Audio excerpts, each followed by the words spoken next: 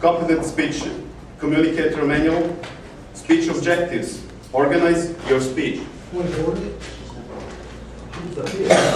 She's not here.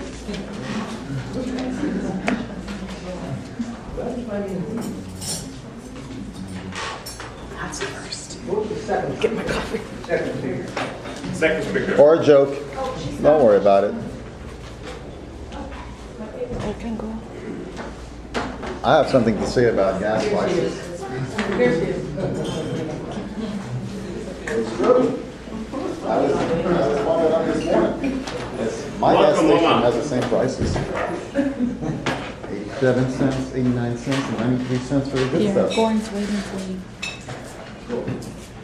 Our first speaker, speaking from Competent Communicator Speech Manual, speech objectives. Organize your speech. Time of speech, 5 to 7 minutes. Timer, would you please give us timing? Mr. Toastmaster, fellow Toastmasters, and guests, for a 5 to 7 minute speech, the green light at 5 minutes, the yellow light at 6 minutes, the red light at 7 minutes with a 30-second deviation. Mr. Toastmaster.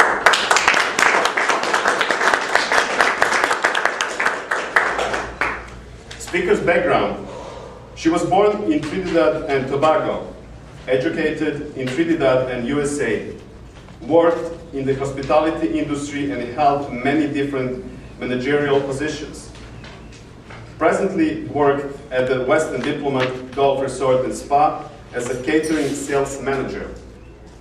A member of Meeting Planners International at Greater Fort Lauderdale Chamber of Commerce. Happily married to Albert Grant, who came to support her this morning. And proud mother of a son in college.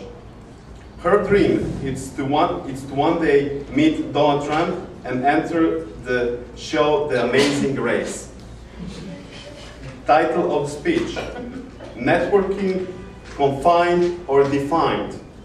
Speaker's name: Loma Fraser Grant. Ladies and gentlemen, please welcome Loma Fraser Grant.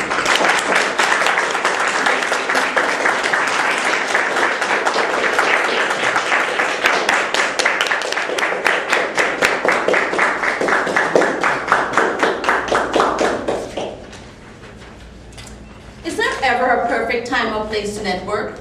Mr. Toastmaster, fellow Toastmasters, and most distinguished guests. A show of hands. Who here can say that they capitalize on every opportunity to network?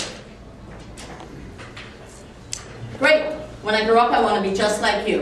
And for those of you who have not, you like me. We do not use every opportunity to network. Networking is an opportunity to present oneself in a positive light amongst an exchange. Networking is an opportunity to present oneself in a positive light amongst individuals, organizations, and associations. Networking can happen any place, anytime, but not anyhow. Try not to regard networking as a chore, but rather a wonderful gift, an opportunity to help further advance yourself and your career. Now, there are planned events and there are unplanned circumstances that provide perfect opening for networking.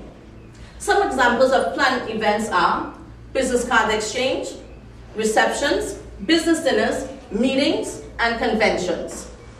Preparation is always the key when one gets invited to these opportunities. When I get invited to these planned networking events, here are some things that I have done for effective results. I call ahead of time to obtain a list of attendees. The purpose of requesting this list is to read, review, and pronounce their names. We all love to hear the sound of our names, like Dick Giller. It makes us feel special, doesn't it? And of course, some names are a bit unusual, like Pierre Tacheron. And there are the challenging ones like Shahed, Help me, Shahed, with your last name. Mahidashtiza. Mahidashtiza. You can use this as great conversational icebreakers. As a matter of fact, I once attended a networking event and was privileged to meet an official from India. Because I had received and reviewed the VIP list ahead of time, when I was introduced to him and pronounced his name, Mr. Subichan Bhagwandeen, he was so impressed. We ended up spending half an hour after the event talking, and now I have a new friend that lives in India. The next thing I do is always dress for success. I wear a suit with pockets. Here is my reason. Some time ago I attended a networking event and wore a nice top and matching bottom. My husband said I look good. So I felt good, but was it practical? Try to imagine this. You only have two hands. I have a cocktail in one hand. I have my business card in the other hand. I'm trying to shake everybody's hand and exchange business card. I needed more hands. Only because I had no pockets. So I learned a valuable lesson.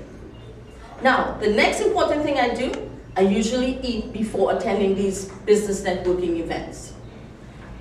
Because you spend 20 minutes at the buffet line and 20 minutes eating, you've already lost 20 networking minutes. Finally, before the event ends, finally, before the event ends, I usually take the time to thank the host for inviting me, then check the business cards and make notes in the back of the business cards to remember everyone so I can follow up the next day. But there are those unplanned circumstances and also present opportunities to network, like the post office, doctor's office, our weekly Toastmaster meetings, and funerals. Yes, funerals. I noticed when I said funerals, I got some really dead stares.